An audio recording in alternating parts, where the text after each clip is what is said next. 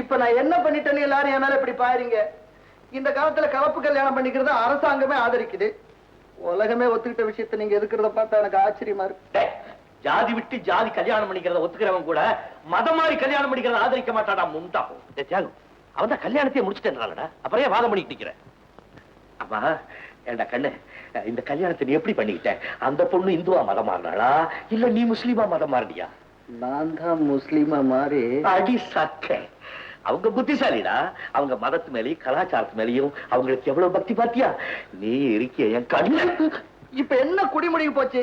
கல்யாணம் நடக்கணுமேங்கிறதுக்காக மதம் மாறின. இப்ப நீங்க சொல்லுங்க, இந்துவா மதம் மாறிடுற? அடப்பாவி, நேரத்துக்கு தகுந்தாப்புல மாறத்துக்கு இதனோட அரசியல் கட்சியா மதம்டா? ஐயோ என்ன குழப்பாதீங்க. காதலிச்சு கல்யாணம் பண்ணிட்டு அவ்வளவுதான். அண்ணா இப்ப என்ன செய்யலாம்? இவங்க 2 பேரும் அப்பா கிட்ட அனுப்புவோமா இல்ல நம்ம 2 பேரும் போறோம்? எனக்கு ஒண்ணும் புரியலடா. நீ ஒண்ணு செய்ய, அந்த பொண்ணை கூட்டிட்டு போய் 2-3 நாளைக்கு எங்கேயாவது தங்கிரு. நான் அண்ணன் அப்பா கிட்ட பேசி எப்படியாவது அவர் மனசை மாத்திரம்.